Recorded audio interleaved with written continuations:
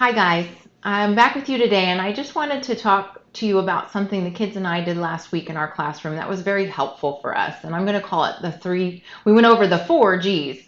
And we needed it just because we were very irritable, all of us, short-tempered, cranky. And I realized that what we needed was to take some time to grieve together, to grieve what we are sad about, what we are disappointed about. To be honest, I'm a bit of a Pollyanna and I want to stay optimistic and talk about what we're grateful for. But what we really needed to do was talk about our disappointments and be honest about them. So I opened up with our day. This is during our time of intention at the beginning of the day, just posing the question, what do you guys miss the most about since we've been kind of quarantined at home? And, it opened up the conversation for people to be sad about swim team or sad about missing friends or sad about missing school. I said, I really miss my Bible study and just getting together with other women and seeing people.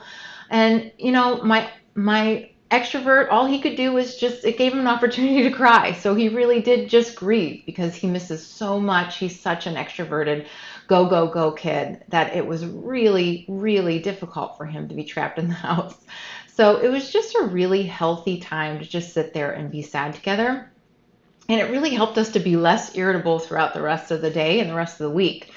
But I didn't find it healthy to sit there. So the next question we talked about was, what are we grateful for that came out of this? What would we have not expected to be so good about being kind of trapped together? And there were answers like enjoying the board game day, or enjoying daddy being home all the time, or, we're watching a Marvel movie marathon at night, which is fun.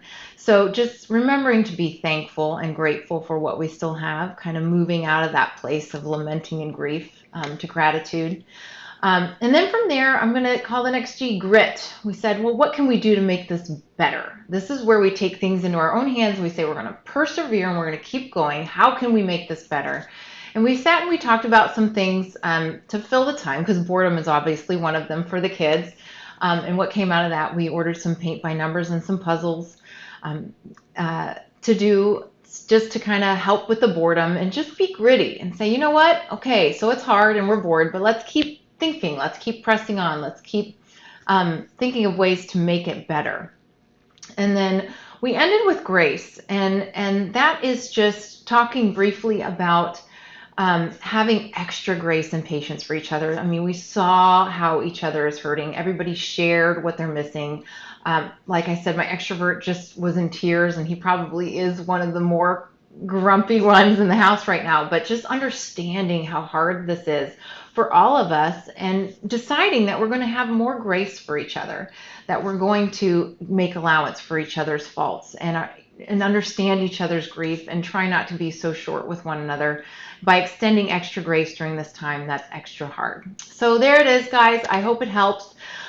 Hit all the steps. It really helped our week and our day to go smoother from there on out, and I hope it does for you. We all need time to grieve. We all need time. We all need to continue to be grateful. We all need to keep persevering and know that the end, will get through this. So that is obviously very helpful to remember, and then lots of grace. All right, guys, have a good week, and I'll see you again next week. Bye.